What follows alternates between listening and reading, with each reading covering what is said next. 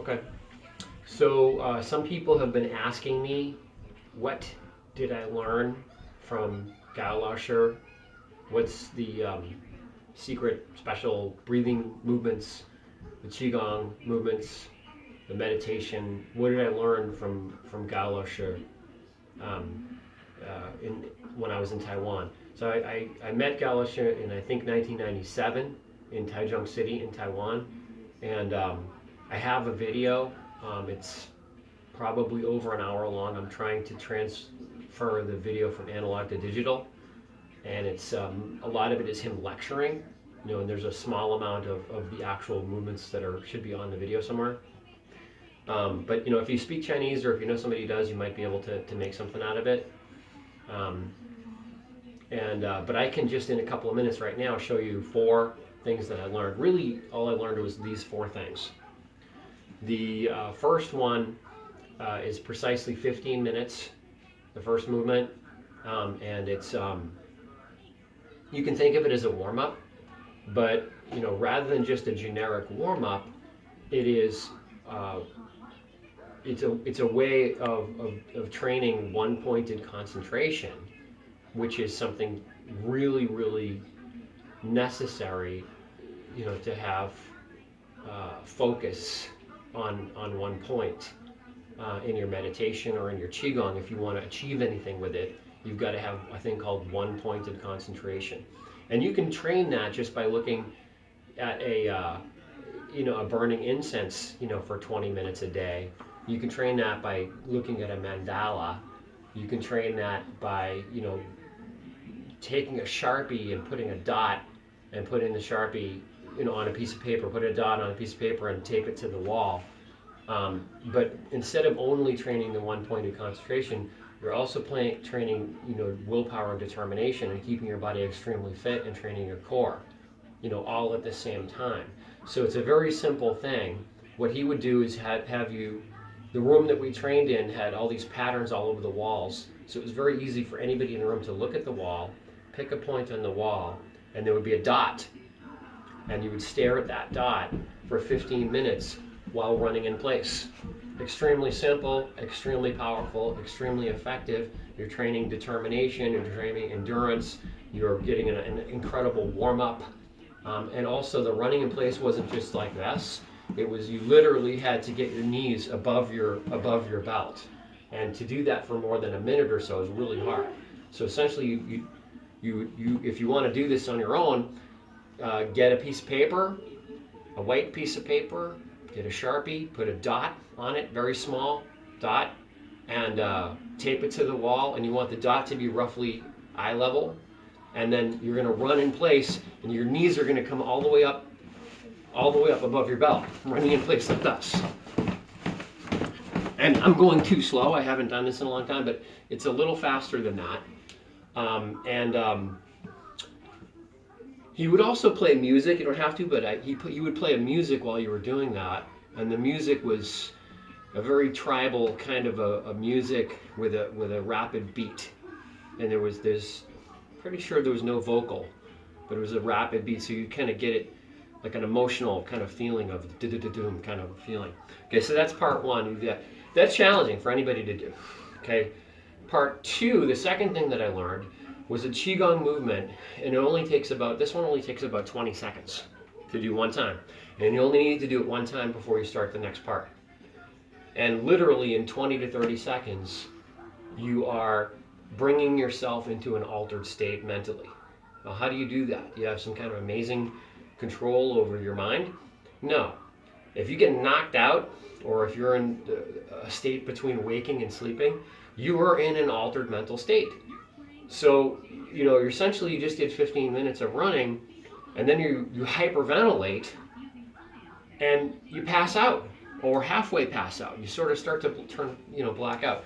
So the movement is you do 10 breaths, and the 10 breaths are full body breaths from your toes all the way up through your body, up through your head and into your hands. So the 10 full body breaths are, you would breathe in and come up, and you breathe in through your nose.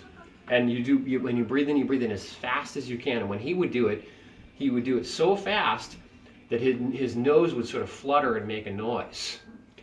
And then when you breathe out, you're going to breathe out, I'm pretty sure you remember you breathe out through your mouth. And you're going to collapse your body down like that as you breathe out. So you're going to take it back up just a little. So you're going to take 10 of these breaths. You're going to like that. And on the 10th breath, you're up. And then you're going to hold your breath. And when you're holding your breath like that, so remember, you just ran in place for 15 minutes. And then you take these 10 breaths. And then on that 10th breath, when you go like this, and you hold your breath, even just for a few seconds, within about 5 or 10 seconds, your vision will go black and you'll lose your balance and you'll halfway fall down. You may even fall down, so try to be careful when you do that. So that's the second movement.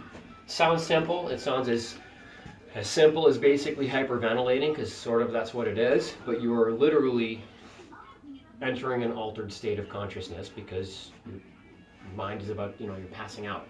Okay, then once you've done those two things, you've trained one pointed concentration, you've warmed up, you've kind of you've altered your consciousness, then you start the next movement, the third movement, which is a Qigong movement where you're moving your Qi. And it's a pretty interesting, very, very simple, very, very basic Qigong movement.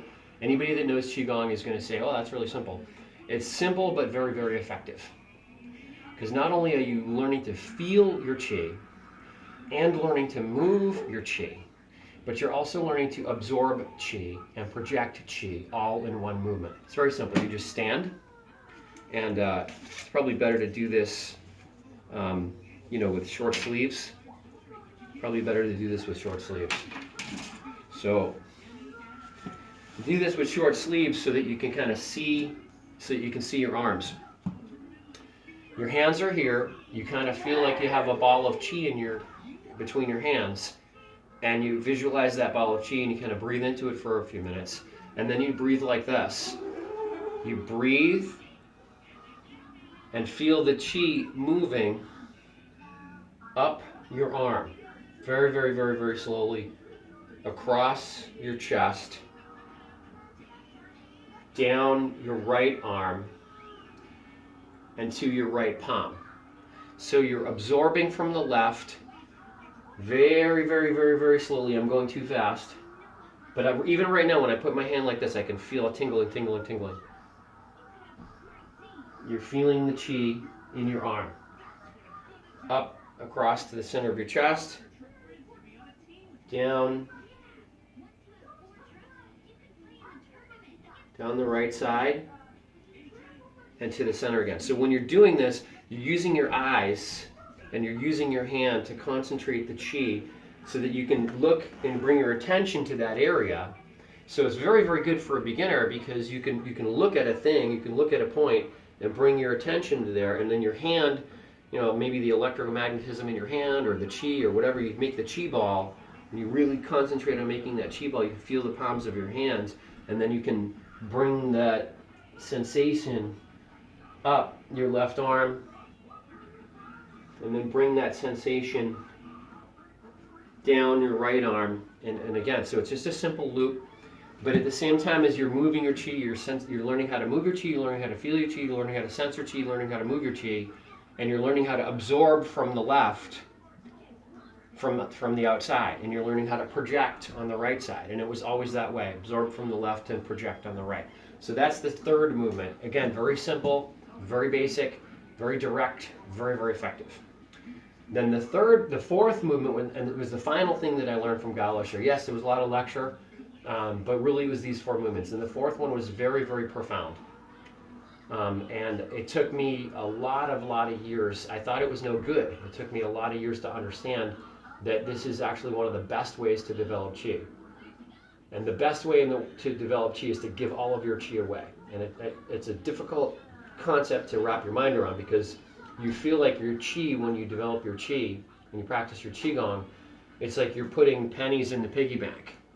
And then pretty soon you have dollars, and then you're taking those dollars and you're putting the dollars in the bank account, and you hope that you have a little, 1% interest, and you hope that little by little over time it's going to grow.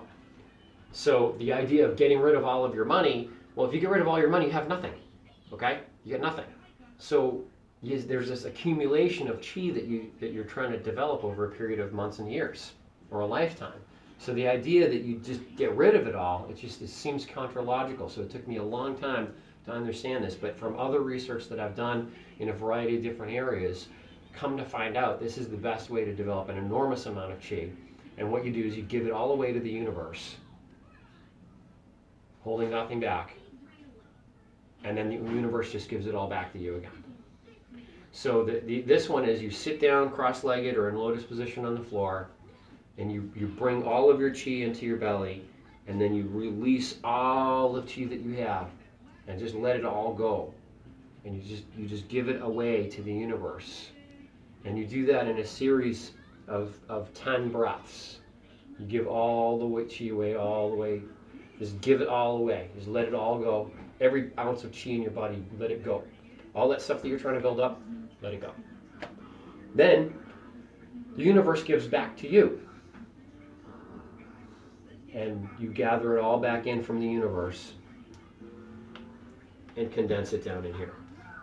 That's it. Very simple. 4 movements. You can stop the recording.